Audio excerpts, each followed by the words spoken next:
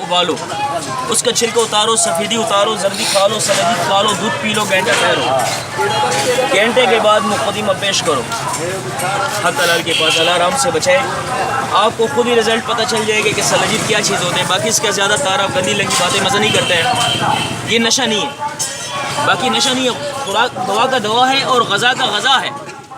تو لو میرا بھائی، باقی اس کا ایک نقصان ہے کہ آملہ عورت کو نہیں دینا ہے، آملہ عورت کھائے گا تو عمل ضائع ہونے کا خطرہ ہو سکتا ہے، یہ گرم چیز آملہ عورت کے لیے ٹھیک نہیں ہوتا ہے۔ باقی اس عورت کو دینا ہے جس کا مواری کھل کے نہیں آتا ہے، یہ کھانے سے مواری کھل کے آئے گا۔ جس بچے کو نمونیا ہوتا ہے، ٹھنڈ ہوتا ہے، زکام ہوتا ہے، گندم کے برابر دینا پڑتا ہے، نمونیا ٹھنڈ زکام نہیں ہوگا۔ تو لو میرا دوست، ابھی بات ختم ہوا بس، کہتے ہیں یار یہ خوراک آپ فری میں دے گا، اس کا پیسہ نہیں ہے، میں نے وعدہ کی ہے، زبان کی ہے، ابھی کھاؤ، درد ہے، تکلیف ہے، ابھی کھاؤ، اس کا پیسہ نہ دینا مجھے۔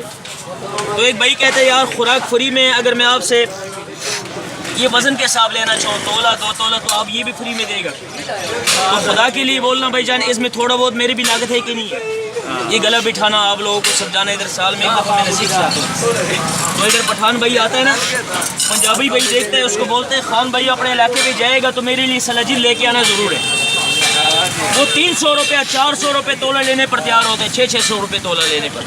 تو یہ مجمع کا ماحول ہے، ادھر اگر مجھے 5 روپے 10 روپے بچتے تو میرے واری میں سب لیتے، مجھے بھی فائدہ ہوتا ہے۔